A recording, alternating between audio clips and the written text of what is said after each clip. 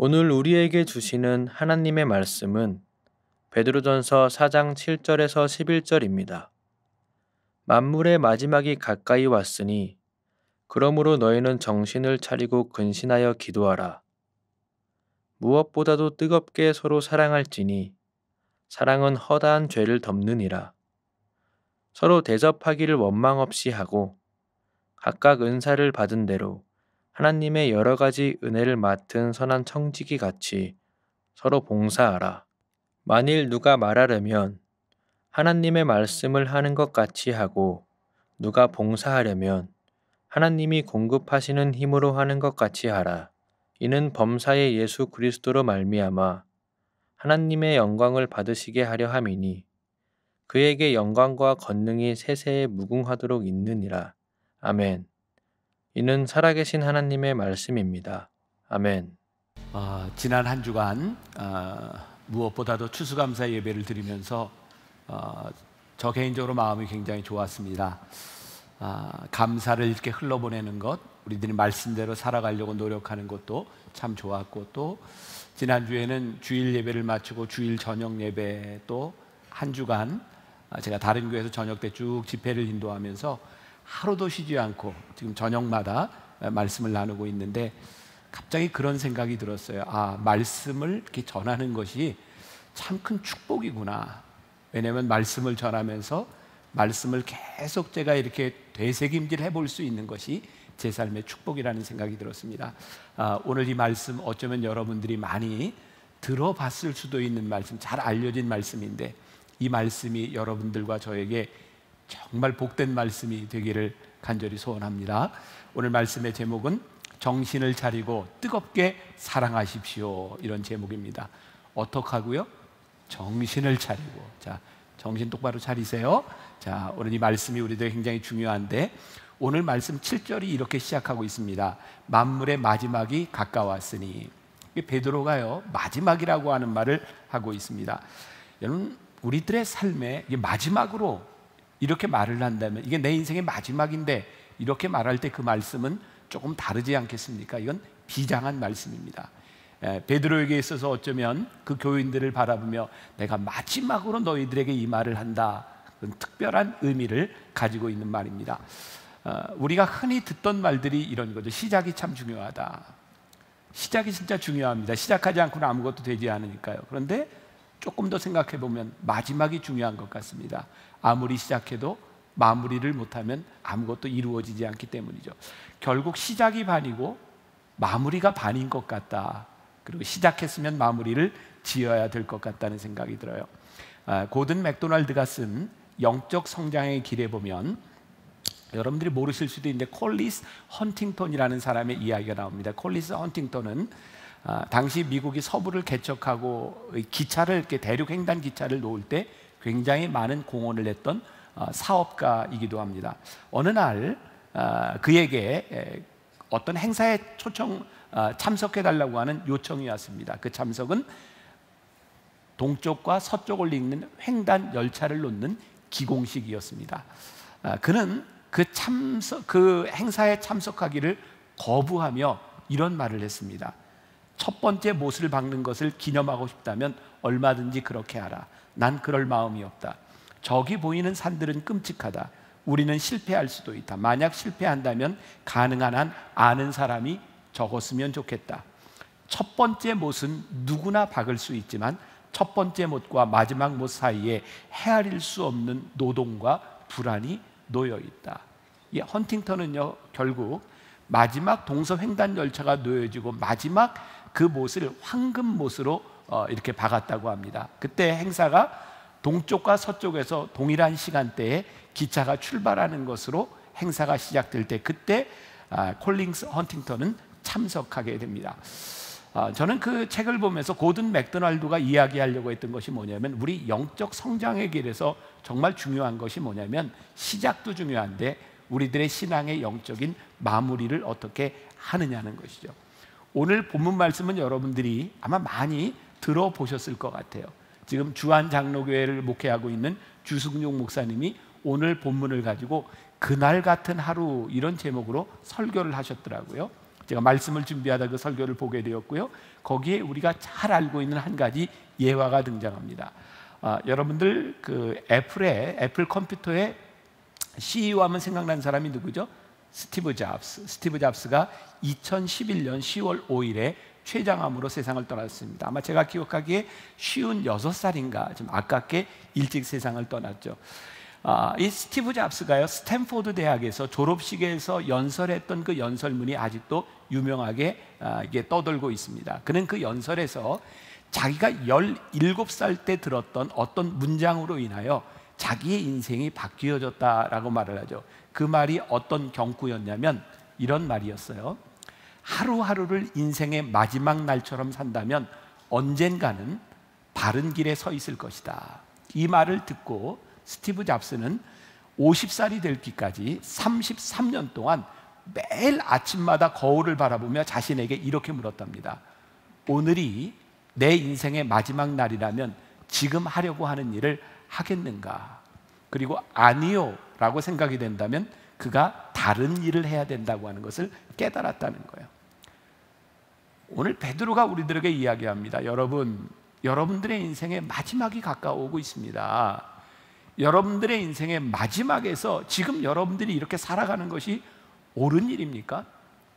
우리가 죽을지도 모른다고 하는 마지막을 산다고 하는 것은요, 성경은 우리들에게 끊임없이 마지막을 살라고 이야기하는데요, 그 이유가 뭐냐면 우리의 생명이 내 것이 아니고요, 내일이 나의 소유가 아니라는 말입니다. 아무도 내 생명을, 내일을 우리들이 장담할 수 없기에 하나님께서 우리들에게 주신 오늘이라고 하는 이 선물을 우리들이 어떻게 살아가는가. 그래서 오늘 본문은 이렇게 이야기하고 있죠. 만물의 마지막이 가까웠으니 그러므로 너희는 정신을 차리고 근신하여 기도하라. 적어도 베드로가 교인들을 바라보며 그들의 신앙의 문제가 뭐라고 생각했냐면 너희들이 마지막을 제대로 살지 못하고 있다. 우리가 진리를 모르는 것도 해야 할 일도 모르는 것은 아닌데 문제는 마지막이라고 생각을 하지 않으니까, 우리들에게 충분한 날이 남겨져 있다고 생각하니까 우리들이 꼭 필요한 일들을 자꾸 뒤로 미루고 있는 거예요. 그걸 보면서 베드로가 안타까운 거예요. 여러분, 만물의 마지막이 가까워 오고 있습니다. 여러분들에게 주어진 날을 여러분들의 것이라고 생각하지 마십시오. 그러니 정신을 차리고 근신하여 기도하십시오 라고 말을 하고 있어요. 저하고 친하게 지내는 한옥 목사님이 아멘 다음이 중요하다 이런 책을 썼습니다. 이 책을 쓰게 된 이유를 서문에서 이렇게 이야기하고 있어요. 저도 그렇고 그 목사님도 그렇고 설교하는 사람들은 대개 설교를 듣는 교인들의 표정을 유심히 봅니다. 은혜를 받는 표정, 그 표정으로 잘 드러나지 않는다면 어쩌면 말씀을 들으며 눈물을 흘리는 교인들을 바라보며 은혜를 받는구나 라고 생각을 하죠. 그런데요, 말씀을 들으면서 아멘은 하는데, 말씀을 들으면서 눈물은 흘리는데 그 아멘 다음이 없다는 거예요. 오늘 우리들에게 중요한 것, 우리들이 하나님 앞에 아멘 했으면 그 아멘한 우리들이 어떤 의지를 가지고 새롭게 살아가는가. 베드로는 그 안타까운 마음으로 교인들을 바라보고 있었던 거죠. 자, 다시 한번 7절 말씀해 보니까요, 만물의 마지막이 가까워 왔으니 그러므로 너희는 정신을 차리고 근신하여 기도하라. 여기 세 가지, 정신을 차리고 근신하여 기도하라. 근데 이 말씀의 문맥을 통해 보니까 이렇게 연결이 될 것 같아요. 결국은 기도하라고 하는 말이 초점이고요, 기도를 하는데 두 가지 전제 조건이 있는 거예요. 뭐냐면 정신을 차리고 근신하여 기도하라. 조금 이상하지 않습니까? 그냥 기도하라고 해도 될 텐데 왜 베드로는 정신을 차리고 근신하여 기도하라고 말을 했을까요? 여기서 정신을 차린다고 하는 말이 영어 성경에는 be clear-minded라고 되어 있어요. 마음을 좀 깨끗이 하고, 근신하여 be self-controlled 그랬어요. 네 마음을 좀 이렇게 잘 컨트롤해서 기도해라. 그러니까 기도하는데 기도 자체에 초점이 있는 것이 아니라 어떤 기도를 하는가에 초점이 맞추어져 있어요. 베드로는 왜 이렇게 권면하고 있었을까요? 그가 살고 있었던 그 시대를 바라보니까 많은 사람들이 예수님을 믿는 거예요. 교회를 다니는 거예요. 기도도 하는 거예요. 그런데 우리를 유혹하고 있는 비슷한 것들을 구별하지 못하고 살아가고 있는 거예요. 요즘 뉴스를 보면서 제일 기분 나쁘고 불쾌한 게 있어요. 여러분들은 어떻게 느끼시는지 모르지만 만민중앙성결교회 이재록 목사 이렇게 나오는데 너무너무 불쾌해요. 그 사람 제대로 된 목사 아니에요. 근데 왜 자꾸 목사라고 불러요? 기분 나쁘게. 15년형을 받았어요. 그 죄목이 뭔지 아세요? 그가 믿음을 남용했다는 거예요. 그가 믿음으로 사람들을 믿음을 이용해서 성추행하고 성폭행하고, 그런데 어떻게 그런 사람들을 목사라고 이야기할 수 있는지 우리는 알지만 세상 사람들이 바라볼 때 이거 어떻게 봐야 되는지. 그런데요, 그 교회에서도 역시 동일하게 예배드리고 있었고요, 그 교회에서도 동일하게 기도하고 있었고요, 그들도 말씀을 배우고 있었다는 거예요. 베드로의 마음과 오늘 제가 여러분들과 나누고자 하는 마음, 지금 한국교회가 알아야 되는 마음이 무엇이냐면, 오늘 우리들이 기도하지 않는 것이 문제가 아니라, 말씀을 공부하지 않는 것이 문제가 아니라, 우리들의 마음이 깨끗하게 하나님 앞에 제대로 된 마음을 가지고 말씀을 공부하지 않으면 아무리 기도하고 말씀을 배워도 그것이 잘못될 수 있다는 거예요. 여러분들에게 시간이 그렇게 길지 않아요. 그러니 정신을 차리고 근신하여 기도하십시오. 잘못되지 않도록 기도하십시오. 지지난주 제가 여러분들과 그런 말씀 나누지 않았어요? 우리들 십자가 지겠다고, 나를 부인하고 살아가겠다고 수도원에 들어가서도 결국은 명예욕에 빠지는 사람들도 있고, 내가 재산을 다 놔두고 수도원에 들어가서 살겠다고 하는 사람들 가운데 또 다른 명예의 싸움과 정욕의 싸움들이 일어나는 것을 바라보면서, 결국은 우리의 노력에 대한 문제가 아니라 노력을 하고 있는 우리의 마음이 깨끗한가, 우리들이 기도하는 시간에 대한 문제가 아니라 우리들이 하나님 앞에 깨끗한 마음으로 기도하고 있는가, 이것이 우리들에게 더 중요하다고 말씀하고 있는 거예요. 문제가 뭐예요? 자신을 통제하지 않고 하나님 앞에 올바로 깨끗하게 서지 않는 사람, 아무리 열심히 기도해도 타락한다, 이 말이에요. 무서운 말씀이지 않아요? 그동안 우리는 열심히 기도하고 열심으로 봉사하고 열심히 우리들에게 신앙인 줄 알았는데, 너희들이 정신을 차리고 근신하여 기도하지 못한다면, 그러니까 이 말은 제가 몇 주 전에도 여러분들께 나눠왔던 말 가운데 하나가 자기 성찰. 그러니까 우리 신앙인들에게 정말 중요한 것이 있는데 자기를 돌아보는 거예요. 그런데 이 자기 성찰이라고 하는 말이 비신앙인들과 다른 것이 있는 거예요. 비신앙인들은요, 자기 성찰을 내 속에서 시작해요. 나를 돌아봐요. 그런데 오늘 우리가 이야기하는 자기 성찰이라고 하는 것은 끊임없이 하나님 앞에서 우리를 비추어 보는 훈련이 자기 성찰인 거예요. 그러니까 오늘 우리들이 예배를 드리면서, 말씀을 들으면서 이 말씀 앞에서 나를 보지 않으면, 말씀 앞에서 나를 성찰하지 않으면 우리들이 말씀을 듣고 기도하는 것이 얼마나 자기중심적이 될 수 있고 우리들의 열심이 얼마나 타락할 수 있는가를 우리들이 알며, 베드로가 이야기했던, 여러분 마지막이 가까워왔으니 제발 정신을 좀 차리고 근신하여 기도하십시오 라고 하는 이 말을, 이 베드로의 권면을 우리들이 깊이 받아들여야 될 필요가 있는 거예요. 그래서 이제 8절로 넘어가 보면, 마지막의 때가 가까웠으니 그렇게 근신하고 그렇게 깨끗한 마음으로 기도하는데 어떻게 살아가려고 말씀하는가. 8절 보세요. 무엇보다도 뜨겁게 서로 사랑할지니 사랑은 허다한 죄를 덮느니라 그랬어요. 여기에 뜨겁게, 무엇보다도 뜨겁게 서로, 이 뜨겁게라고 하는 말은 이전 성경에는 열심으로 라고 하는 말이고요, 영어 성경에 보면 deeply, 깊이 사랑하라 이런 말이기도 합니다. C.S. 루이스라고 하는 사람은 이런 말을 했어요. 불같은 감정이 사라진 뒤에도 상대방에게 변함없이 헌신하는 것이 바로 참된 사랑입니다. 여러분, 우리들에게 감정이 충만할 때 사랑하는 것은 누구나 할 수 있습니다. 깊이 열심히 사랑하는 것은 우리들에게 그 감정이 사라졌을 때에도 헌신할 수 있는 것, 그것이 사랑이다. 오늘 베드로가, 여러분 마지막이 가까웠으니 여러분들 깊이 사랑하십시오.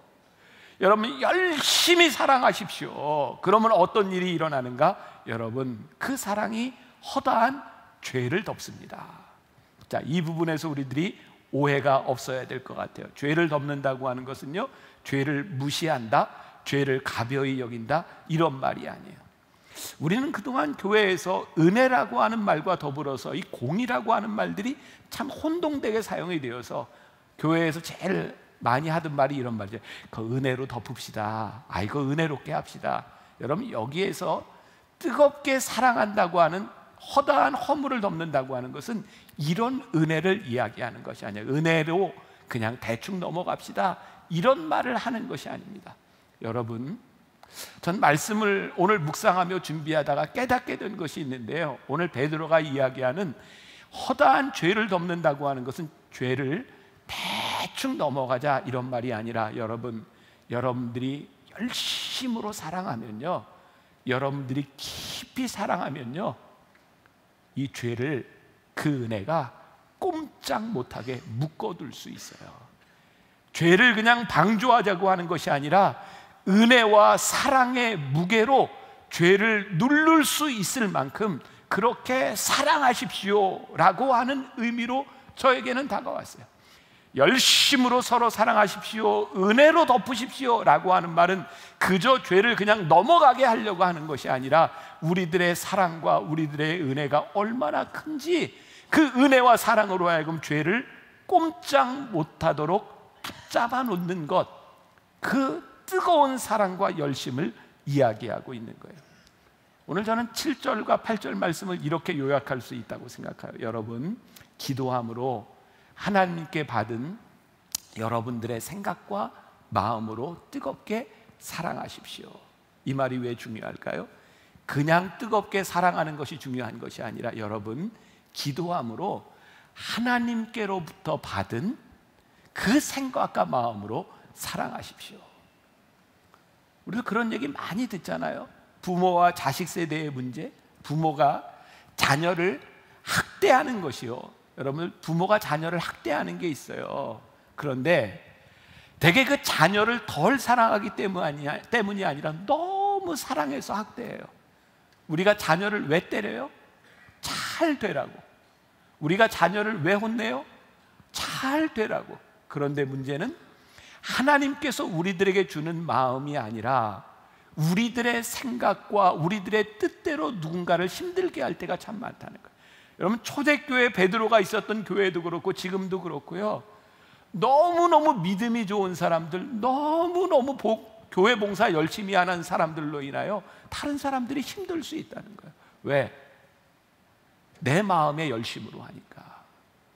그러니까 오늘 우리들에게 굉장히 중요한 교훈을 말씀하고 있는 거예요. 여러분, 기도하는데요, 하나님께로부터 받은 마음과 생각으로 그렇게 뜨겁게 사랑하십시오. 그러니까 집착과 사랑은 다른 거죠. 여러분, 1972년에 미국에 굉장히 엄청난 사건이 하나 터지죠. 한 젊은이가 1972년입니다. 레이건 대통령을 암살하려고 암살 미수에 그칩니다. 그럼 기억나세요? 그때 레이건 대통령이 이 심장에 총을 맞았는데 다행히 비껴가서 살았습니다. 그런데 그 범인을 잡고 나서 너무나 사람들이 허탈했어요. 레이건 대통령을 암살하려고 했던 이유가 뭐냐면 이 청년이요, 조디 포스터라고 하는 영화배우를 너무너무 좋아해서 이 영화배우를 스토킹했는데 도대체 상대를 안 해주니까 이 조디 포스터의 관심을 끌려고 대통령에게 총을 쐈어요. 오, 놀라운 사랑? 엄청난 사랑? 제대로 된 사랑이에요? 우리는 아는 거예요. 이것이 제대로 되지 않았다고 하는 것을 압니다. 내가 사랑하는 내 집착에 대한 문제가 아니라 여러분들 마음 가운데 기도함으로 하나님께 받은 사랑과 하나님께서 여러분들에게 주시는 마음이 아니면 우리는 누군가를 너무너무 아프게 할 수 있다고 하는 것을 기억하십시오. 지금 이렇게 말을 하고 있는 거예요. 자, 이제 조금 더 나아가 봅니다. 9절과 10절 우리 같이 한번 봉독해 볼까요? 서로 대접하기를 원망 없이 하고 각각 은사를 받은 대로 하나님의 여러 가지 은혜를 맡은 선한 청지기 같이 서로 봉사하라. 저는 이 말씀을 7절과 8절, 9절과 10절 연속 성상에서 보아야 된다고 생각해요. 자, 이렇게 뜨겁게 사랑하라고 이야기를 하는데, 여러분 그렇게 사랑하며 여러분들이 봉사할 때 서로 대접하기를 원망 없이 하십시오. 자, 여러분들 성경책에 이 원망 없이라고 하는 말에 여러분들이 표시를 내면 좋을 것 같아요. 말씀을 묵상하면서 이런 생각을 하게 되어서 이게 무슨 의미일까? 원망 없이 봉사하라. 가만히 생각해 보니까 우리들의 죄의 동기는 어디에 있냐면 늘 이기심에 있는 것 같아요. 만일 우리들의 본성이 이타적이라고 하면 우리들이 죄를 지을 것 같지 않습니다. 우리의 본성이 이기적이기 때문에 우리는 누군가에게 선행을 베풀고 누군가를 사랑하려고 하는데, 우리들의 마음 가운데는 늘 어떤 생각이 있냐면 그것의 반대 급부를 생각하는 거예요. 우리가 누군가를 원망한다고 하는 원망의 이유는 무엇일까요? 내가 원하는 만큼 이루어지지 않을 때 우리는 원망이 있어요. 그런데 생각해 보세요. 이 세상에 누가 내가 원하는 것만큼 나를 채워줄 수 있겠습니까? 그러니까 내가 원하는 것을 가지고 아무리 어떤 사랑과 선행을 해도 그것은 우리들에게 끊임없는 원망을 낳을 수밖에 없는 거예요. 그것이 죄의 동기가 될 수밖에 없는 거예요. 그러니 우리가 오늘 새겨야 되는 것이 있다. 여러분, 누군가를 대접하려거든, 여러분들이 하나님께로부터 사랑을 가지고 뜨겁게 사랑하려거든, 여러분들이 꼭 기억해야 될 것이 있는데, 대접하기를 원망 없이 하십시오. 이 말은 뭐냐면 기대 갖지 말고 하십시오, 이런 말이에요. 그러면 김영란법이라고 있죠. 김영란법으로 여러분들 선물을 내도 얼마짜리 몇만 원 이렇게 제한하는 걸 보면서 참 우리들 스스로 참 유치하다는 생각이 들지 않으세요? 왜 우리는 누군가에게 선물하는 것도 돈으로 저걸 정해놔야 되는가? 그 가운데 뭐가 깔려 있어요? 얼마 이상 되면 그것에 대한 대가를 바라고 있으니 그것이 죄의 동기가 될 수 있으니 그것을 애초부터 싹쓸 자르자. 그게 김영란법이 아니겠습니까? 그러니까 대접하는 게 문제가 되는 거예요. 대접하는 것 자체가 문제가 아닌데 대접이 문제가 되는 것은 우리들이 계속 대가를 바라기 때문이라는 거죠. 그러니까 이 베드로서 기자는요, 교인들을 바라보면, 여러분들 우리들이 신앙적으로 살아가는데 우리들이 누군가에 대접할 때, 하나님의 마음으로 살아갈 때 그거 원망 없이, 받으려고 하는 마음 없이 그렇게 살아가십시오라는 거예요. 자, 제가 이제 조금 부끄러운 고백을 좀 하려고 그래요. 너무 부끄러운데 그냥 제가 가졌던 이 생각이 여러분들에게서도 별로 동일하지 않겠다. 도끼인 객끼이겠다. 그래서 제가 얘기하면 여러분들도 그렇겠다, 나도 그렇구나, 이렇게 공감이 될지도 모른다는 생각이 들어요. 제가 만나교회 담임 목사가 되고요, 제가 참 목회를 열심히 했어요. 다른 거 없었고요, 저 진짜 목사로서 최선을 다해 목회를 하는데, 그때 그러니까 이제 15년 전에 제가 만나교회 담임이 됐으니까 지금부터 한 12년, 13년, 14년 전입니다. 내가 어떻게 하면 좋은 목사가 돼서 내가 목회를 잘할 수 있을까? 그때 하나님께서 저에게 조금 홀리하게 표현하면 영감을 주신 거예요. 계획된 건 아니었고요. 이렇게 설교를 하다가 우리 교회가 전통적으로 이렇게 변화산 새벽기도회가 있잖아요. 변화산 새벽기도회를 준비해 놓고 이렇게 설교를 하다가 하나님 강력하게 그런 마음 주신 거예요. 그냥 너 한번 금식하며 인도해 보면 어떻겠니? 그래서 설교하다가 교인들한테 이렇게 선포를 한 거예요. 여러분, 이번 변화산 기간 중에 제가 금식하며 우리 교인들을 위해 기도하며 제가 변화산을 지나가겠습니다. 여러분들 얼핏 들어도 훌륭하지 않습니까? 여러분들의 표정에 변화가 없어서 제가 자꾸 상처를 받잖아요. 훌륭한 건데 제가 그렇게 3년을 금식을 했거든요. 그런데 3년 동안 그렇게 금식하면서 다른 거 하지 아니하고, 여러분, 집회를 인도하면서 금식하고 한 주간 지나가는 게 쉽지 않았어요. 그냥 기도원 들어가서 하면 모르겠는데 일상생활을 하면서, 그때는 제가 변화산 새벽기도회 전에 찬양 인도도 제가 했고요, 설교하고 나면 이 강단에 올라온 교인들 제가 안수기도도 제가 같이 하면서 정말 3년 동안 정말 힘들었어요. 근데 저에게 갑자기 섭섭한 마음이 들었어요. 지금은 이제 대부분 은퇴하신 장로님들이죠. 난 정말 목숨 걸고 목회한다고 생각을 하고 이렇게 금식하면서 이렇게 설교를 했는데 아무도 저에게 와서 위로하거나 격려하거나 칭찬해 주지 않았어요. 물론 교인들이 목사님 힘드십니다 이런 얘기는 충분히 들었지만 적어도 우리 교회 리더십인 장로님들이 제가 이 정도 했으니 장로님들이 저에게 제가 정말 미안하고 창피한 일이에요. 어떤 생각이 들었냐면 그렇게 굶으면서 금식하고 얼굴에 살이 빠지는 게 보였는데 장로님들이 오셔서 목사님 이게 진짜 옛날 사람처럼 이렇게 보약이라도 한 채 먹으면 좋겠어요. 저는 돈에 대한 문제, 무슨 선물에 대한 문제가 아니라 그런 위로를 제가 받고 싶었어요. 그래서 제가 너무너무 서운해서요, 그때 재무장로님하고 장로님 두 분을 제가 불러서 저 아버지 같은 분이에요. 근데 제가 솔직히 얘기했어요. 장로님 저 너무너무 서운하다고. 그래서요 제가 그때 돈으로 100만 원을 제가 받았어요. 교회에서. 나 이거 보약 지어 먹어야 되겠다고. 굉장히 유치하죠. 근데 그때 내가 진짜 서운했어요. 그런데 이 말씀을 준비하며 제가 부끄러웠던 게 뭔지 아세요? 왜 그게 서운했을까? 야, 누가 너한테 금식하라 그랬어? 누가 너한테 금식하면서 집회 인도하라고 했어? 아무도 안 시켰어. 네가 목사로 교인들을 생각하고 내 양이라고 생각하며 그렇게 기도한다고 해놓고 네가 왜 서운한 거야? 지금 10여 년이 지나서 저에게 떠오르는 게 너무너무 부끄럽고요, 그때 내가 한 만큼에 대한 보상을 받아야 된다고 생각했던 것이, 그 섭섭한 마음이 들었던 것이 얼마나 유치한 일이었는가. 왜 나는 서운한 마음이 들었을까?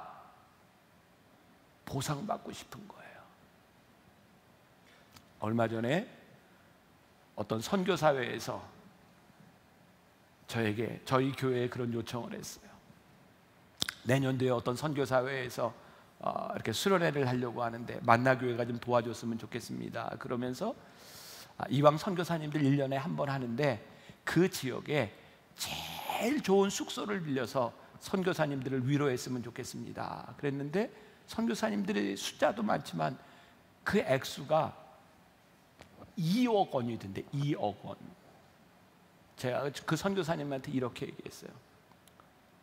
저에게 그게 납득이 되지를 않습니다. 모르겠어요. 앞으로 제가 또 이제 어떻게, 이건 단순히 어떤 좋은 호텔에 자고 앉았다 이런 것이 아니라 우리 선교팀들 선교지에 가서 그런 좋은 호텔에서 저도 그렇고 아직 한 번도 자본 적도 없고요, 선교사님들을 위로하고 싶은 마음이 참 많이 있지만 선교사님들 스스로가 우리들이 이렇게 선교사를 나갔으니 이 좋은 호텔에서 우리가 이만큼 대접받아야 되겠다고 생각하는 것 자체가 저는 그것이 용납이 되지 않습니다. 왜? 제가 이 말씀을 준비하고 있었던 때 저 스스로 하나님 앞에 저를 비추어 보니까 그런 생각이 드는 거예요. 저에게 들었던 생각처럼 누가 너한테 금식하라고 했어? 네가 교인들을 위하여 네가 목회자로서 한다고 하고 네가 왜 섭섭한 마음이 드는 거야? 제가 선교사님에게 기분 나쁠지 모르지만 이렇게 이야기를 했어요. 누가 선교사님한테 선교사 나가라고 했습니까? 왜 선교사님이 지금 섭섭해야 되는 것입니까? 여러분 오해하지 마세요. 그분들의 수고가 가치 없다라고 하는 것이 아니라 언제부터인가 우리들에게 섭섭한 마음이 들어오는 것은 우리들이 하나님의 일을 하고 우리들이 열심으로 사랑한다고 하면서도 우리들에게 찾아오는 우리들의 보상, 나에게 돌아올 것, 그것 때문에 우리는 늘 원망하고 살아가는 것 같아요. 오늘 이 말씀이 우리들에게 정말 귀하다는 생각이 들어요. 여러분 원망하지 말고 하십시오. 여러분을 누구에게 받을 것을 생각하지 말고 그렇게 대접하십시오. 제가 그래서 이번에 국회에 이런 법을 하나 발의하면 좋겠다는 생각이 들었어요. 김영란법 가지고는 우리나라의 이 문제가 해결될 것 같지 않고요, 베드로전서 4장 9절법을 하나 만들어야 될 것 같아요. 원망 없이 대접하십시오. 그럼 제 말에 어떻게 동의하세요? 우리 국회법으로요 베드로전서 4장 9절법 한번 만들자고요. 우리들에게 이 마음이 없다면, 이 마음이 있다면 우리들이 대가를 바르지 않는다면 우리들이 그렇게 죄에 빠지거나 우리들이 그렇게 상처받지 않을 텐데, 성경은 우리들에게 원망 없이 서로 대접하라고 말씀하고 있어요. 여러분, 받을 거 생각하지 말고 그냥 서로 여러분들 그렇게 대접하십시오. 그러면서 10절에 가서 보니까 같이 한번 봉독합시다. 시작. 각각 은사를 받은 대로 하나님의 여러 가지 은혜를 맡은 선한 청지기 같이 서로 봉사하십시오. 이래서 구체적인 방법을 이야기하고 있는 거예요. 은사를 받은 대로, 이 말씀이 중요하고요. 그리고 은혜를 맡은 선한 청지기 같이, 이 말씀도 중요합니다. 성경은 우리들에게 계속 이렇게 서번트 리더십, 종에 대한 이야기를 하고 있죠. 여러분, 종이 되어 우리들이 섬긴다고 하는 것은 아주 간단한 겁니다. 성경에서 종이 하는 일은 뭔지 아세요? 종은요, 주인이 밥을 먹는데 시중을 들기 위해서 서 있는 게 종입니다. 그러니까 성경에서 우리들에게 종처럼 섬겨라 이라고 하는 말은 뭐냐면, 주인이 밥을 먹는데 밥을 먹도록 서빙하라, 이것을 서번트 리더십으로 이야기하고 있는 거예요. 제이슨 미첼이 쓴 쉬운 예수는 없다라고 하는 데서 이런 말을 하고 있어요. 섬김의 시작을 작게 하라. 너무 거창하게 생각하면 바로 앞에 있는 사람들을 놓칠 수 있기 때문이다. 섬김의 시작을 작게 하라. 여러분, 우리들이 맡은 은사대로 우리들이 섬기는데, 우리들의 섬김은 거창한 게 아니라는 거예요. 종이 주인이 식사하는데 그걸 돕기 위해서 섬기는 것처럼 지금 여러분들 앞에 있는, 여러분들이 할 수 있는 작은 일을 하십시오. 그것이 섬김입니다. 그런데 원망 없이 그렇게 하십시오. 여기까지 이 말씀을 들으면서 지금까지 우리들이 신앙생활을 하면서 우리들이 겪었던 많은 갈등에 대한 문제들, 정말 이거 아무것도 아닌데 우리들의 참 기본적인 것을 모르고 있었구나라는 생각이 들지 않으세요?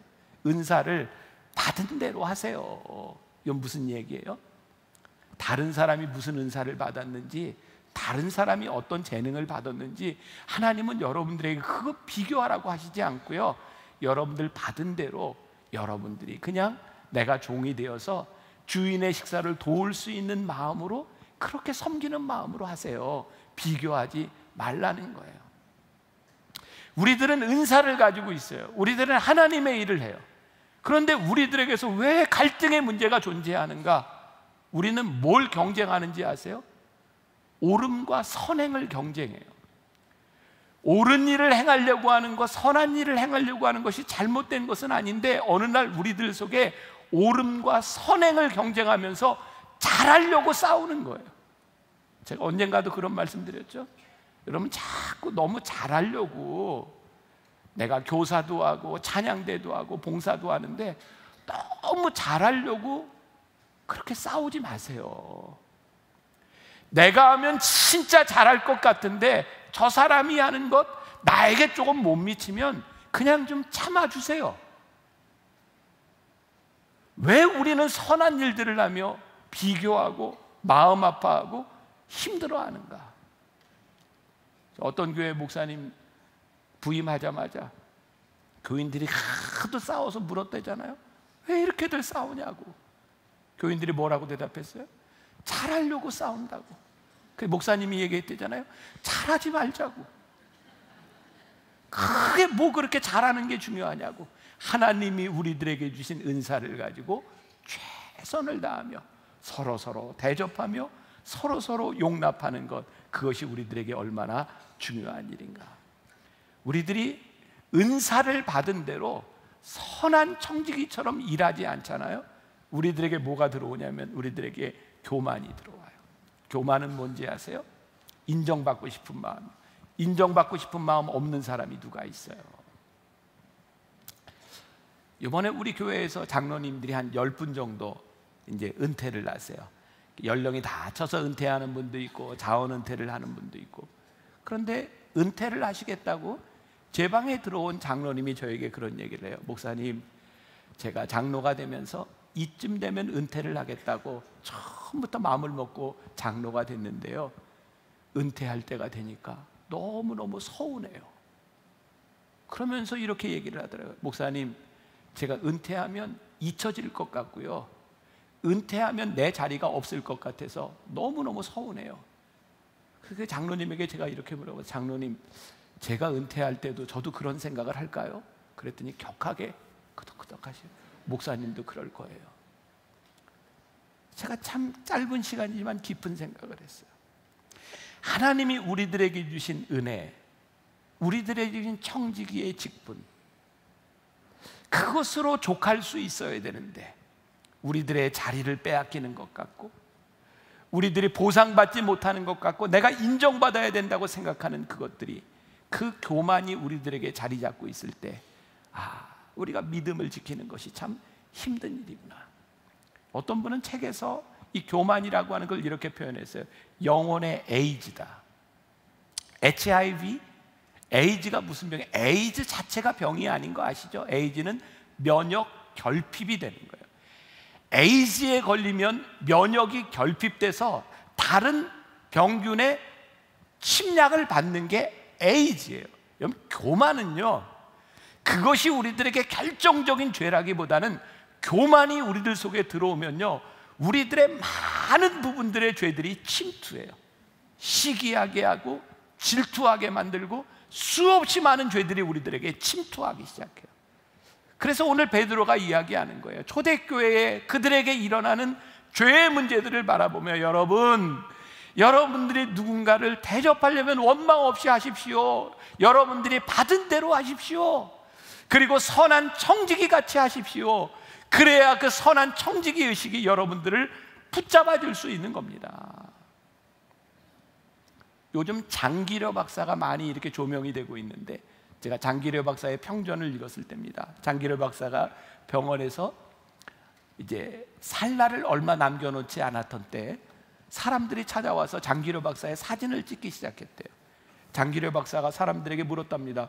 왜 이렇게 사진을 찍냐? 그랬더니 돌아가시면 동상을 세우려고요. 그랬더니 병상에서 장기려 박사가 노발대발했다니, 이런 미친놈들을 만나.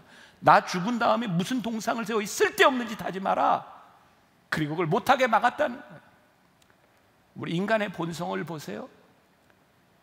우리는 죽고 나면 우리들의 삶의 자취를 남기고 싶지 않나요? 그래서 돈 있고 능력 있고 권력이 있으면 죽은 자리에 그 산수자리를 크게 하고 비석을 세우고 나 이렇게 살았다라고 하는 것이 인간의 본성이 아닌가요? 근데 성경이 우리들에게 이야기하는 것이 뭐냐면, 여러분들의 살다간 삶의 자리, 그거 그렇게 여러분들 것이라고 생각하지 말고 교만하지 말고 그거 자취 남기지 마십시오. 저는 장기려 박사가 남긴 가장 복된 일은요, 그의 자녀가 지금 4대까지 이르러 의사로 봉사하는 사람이 된 것, 그가 남긴 그것이 가장 큰 자취이지 그의 동상을 만들어 놓는 일이 아니라고 생각해요. 저도 이제 몇 년 지나면 은퇴하겠죠. 여러분들의 삶에 여러분들이 은퇴할 때가 있겠죠. 우리들이 끝까지 선한 청지기로서의 의식을 가지지 못한다면 우리의 신앙이 참 위험한 일이구나. 오늘 말씀의 결론 11절입니다. 같이 한번 봉독해 보겠습니다. 시작. 만일 누가 말하려면 하나님의 말씀을 하는 것 같이 하고, 누가 봉사하려면 하나님이 공급하시는 힘으로 하는 것 같이 하라.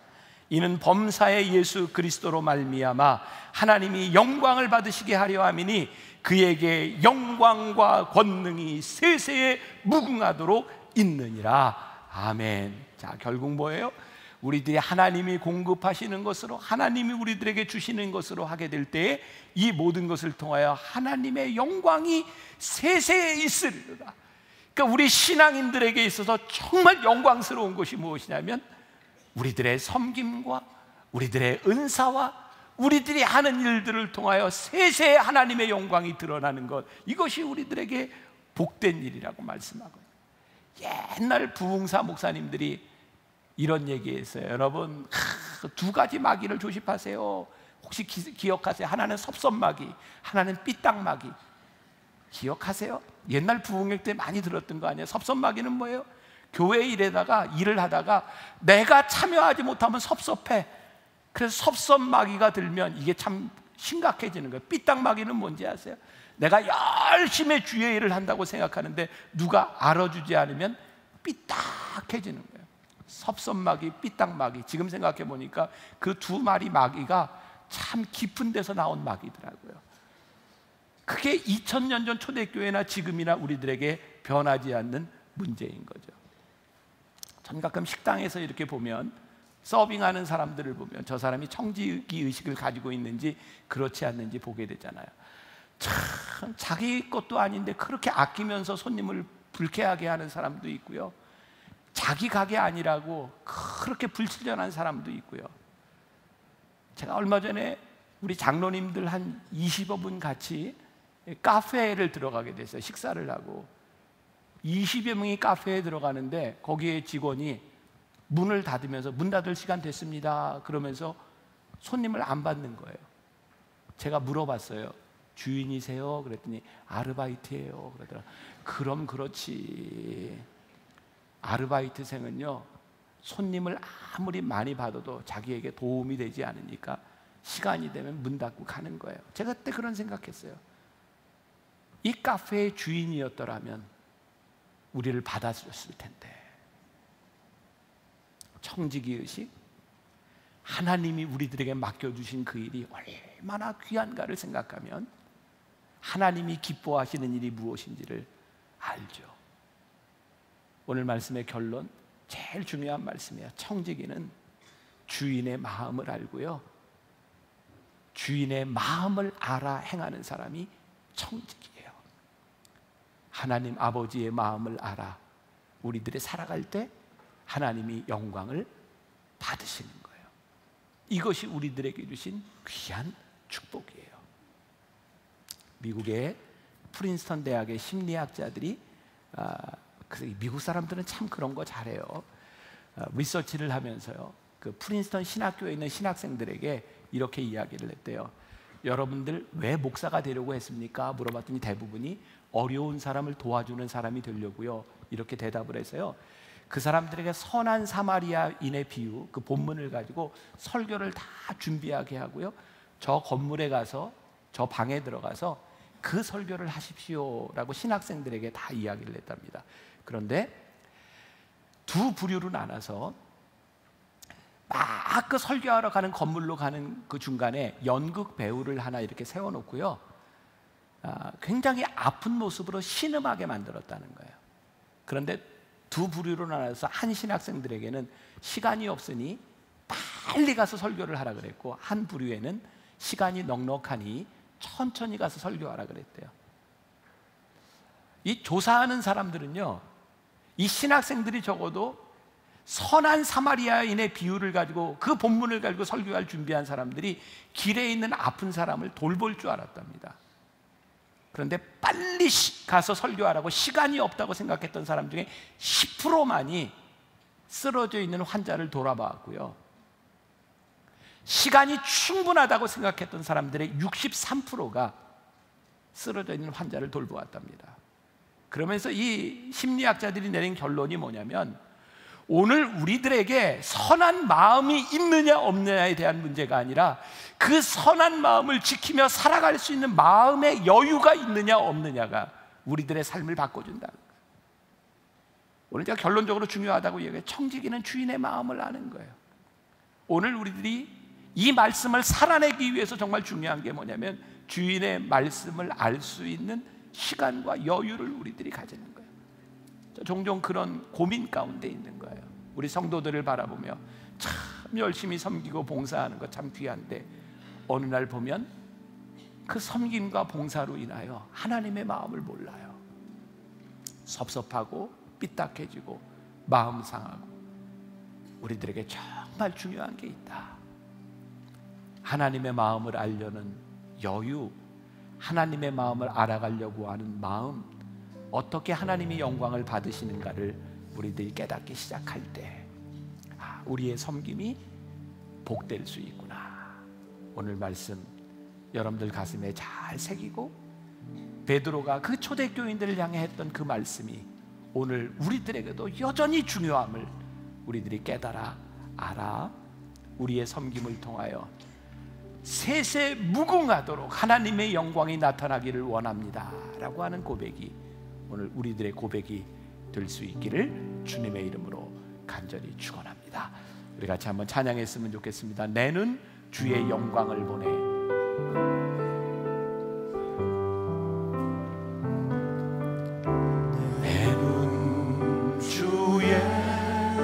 영광을 보내. 우리 가운데 계신 주님,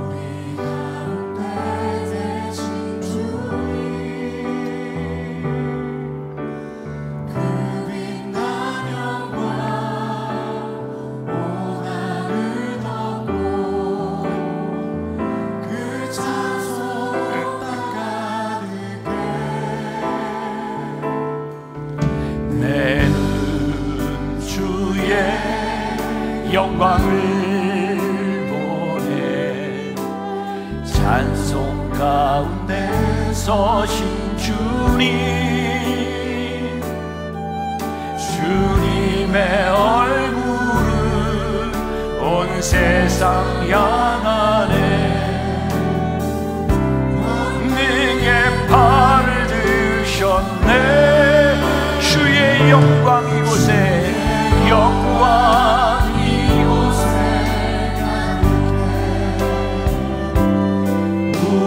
선의 주님과 함께 찬양하며 우리는 전진하리. 모든 열방 주 볼 때 다시 한번 내 눈 주의 영광을 보내.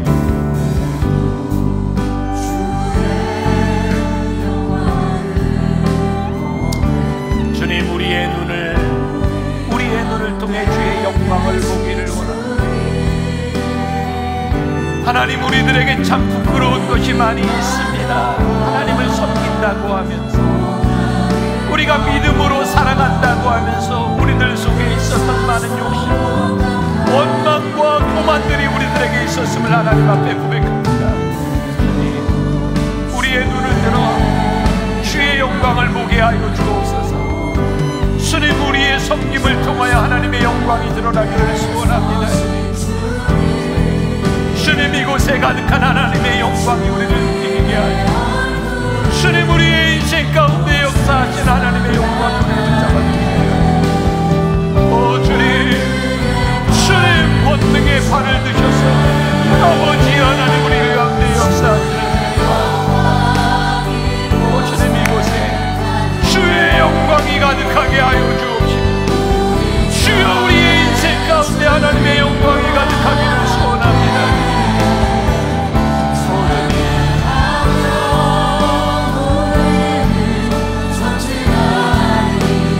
아버지 하나님의 영광, 아버지 하나님과의 말씀,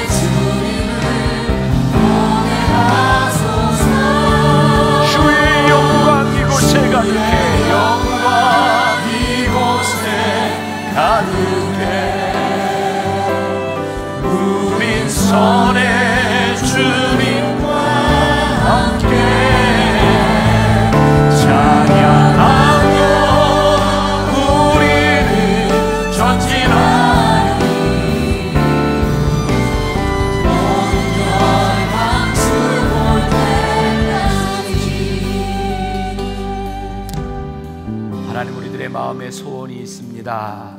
내 눈을 들어 주의 영광을 보기를 원합니다. 하나님, 우리는 그동안 하나님을 섬기며 봉사하고 대접한다고 했는데 하나님의 영광이 아닌 나의 영광이 드러나기를, 내가 드러나지 않으면, 내가 대접받지 않으면, 내가 원하는 만큼의 보답이 돌아오지 않으면 우리의 마음을 아프게 하고 상할 때가 참 많이 있었습니다. 그래서 오늘 하나님께서 우리들에게 이렇게 말씀하십니다. 네가 말하는 것, 네가 섬기는 것, 하나님이 너에게 주신 것이야. 내가 하는 힘, 하나님이 공급하시는 힘으로 하는 것이야. 원망하지 말고 그렇게 뜨겁게 열심히 살아가는 사람이 돼. 오늘 우리들에게 하시는 이 말씀을 우리들의 가슴에 새기게 하시고, 하나님, 우리 만나교회에서 일어나는 일들이 하나님의 걱정거리가 되는 일들이 아니라 하나님의 영광을 드러내는 아름다운 사역들이 이곳저곳에서 일어나도록 하나님 축복하여 주옵소서. 한 사람 한 사람 주님 앞에 쓰임받는 믿음의 사람들 되게 하여 주옵소서. 예수님의 이름으로 기도합니다. 아멘.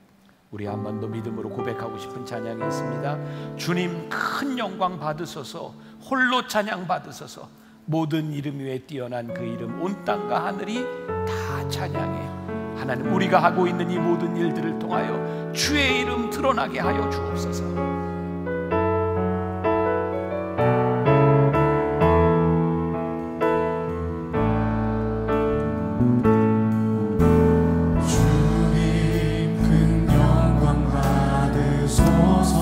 우리의 마음속에 진심으로 고백합니다. 주님 홀로 영광 받으시며 주님 찬양 받으소서.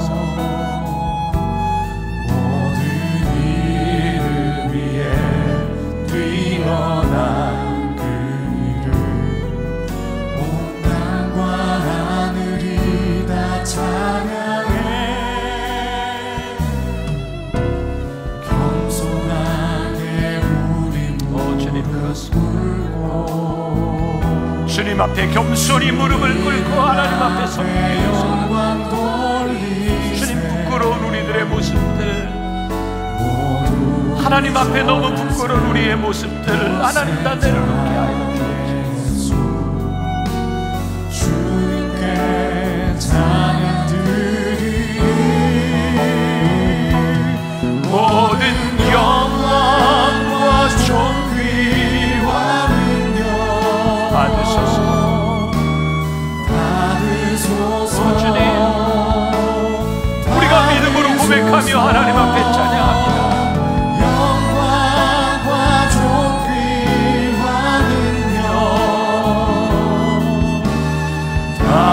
받으소서.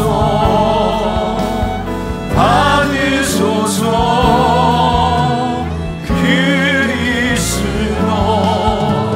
살아계신 하나님, 주님 큰 영광 받으소서.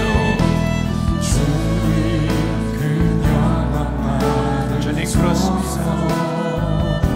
주님 홀로 찬양 받으시기에 합당하신 분임을 우리가 고백합니다. 우리가 주님의 찬양을 가로채지 않았는지, 주님 우리가 주님의 영광을 가로채지 않았는지, 주의 이름이 드러나기를, 하나님 우리의 사역과 우리의 인생 가운데서 주의 이름이 드러나기를 주님 믿음으로 올바로 서시기를, 아버지 하나님, 하나님 앞에 올바로 세움받기를, 겸손하게 무릎 꿇습니다. 부끄러운 우리의 모습 아버지 하나님, 하나님 앞에 내려놓습니다. 주님께 찬양 드리리. 모든 영광과 존귀와 능력 받으소서.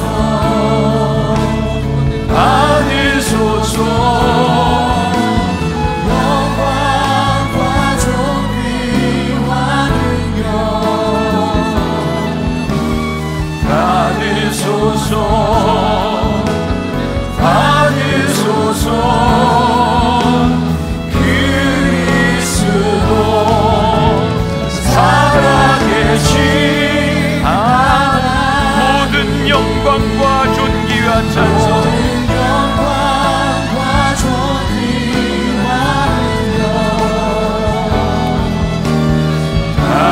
받으소서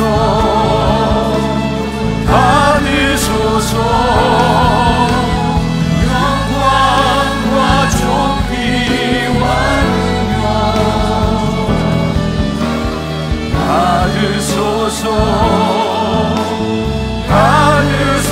모든 존귀와 영광과 존귀와 능력 받으소서 받으소서 영광과 존귀와 능력 아버지 하나님 하나님 앞에 우리들이 믿음으로 주님 영광 받으시기를 아버지 하나님 영광 받으시기를 고백하고 주님 앞에 우리가 믿음으로 고백합니다. 성령님 하나님 앞에 우리들이 고백합니다. 주님 하나님의 뜻이 주님 우리 안에 하나님의 능력이 주님 하나님의 아버지 하나님 하나님 앞에 간절히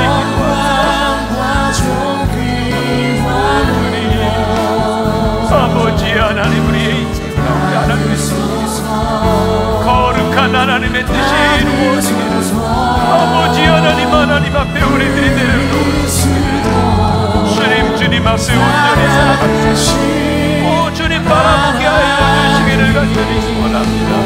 주의 영광과 존귀와 오 주님 하나님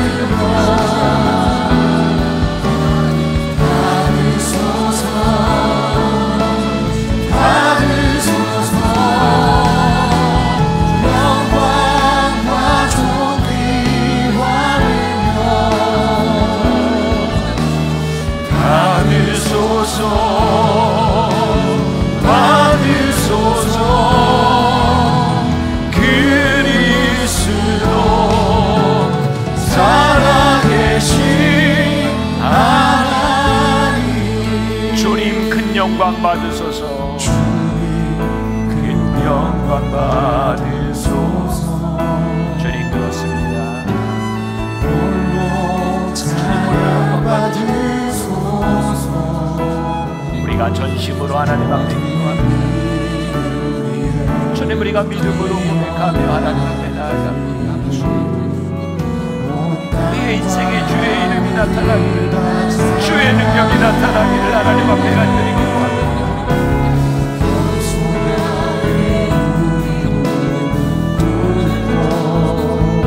아버지 주님 앞에 영광 돌리세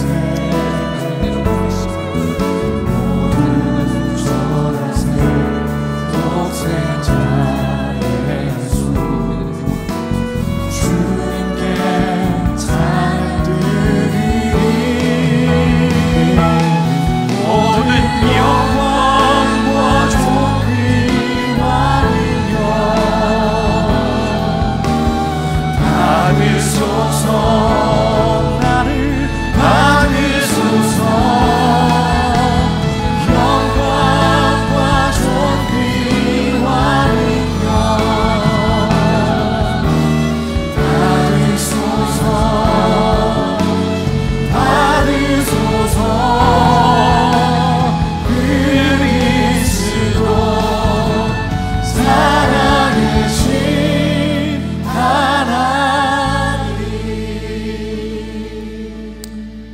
지금은 우리 주 예수 그리스도의 은혜와 하나님 아버지의 무한하신 사랑과 성령의 인도하심이 주님 홀로 영광 받으소서 주님 홀로 영광 받으소서 주님 찬양 받으시옵소서 정말 믿음으로 고백하는 당신의 사랑하는 모든 백성들 위해 지금부터 영원까지 함께 하시기를 간절히 축원하옵나이다.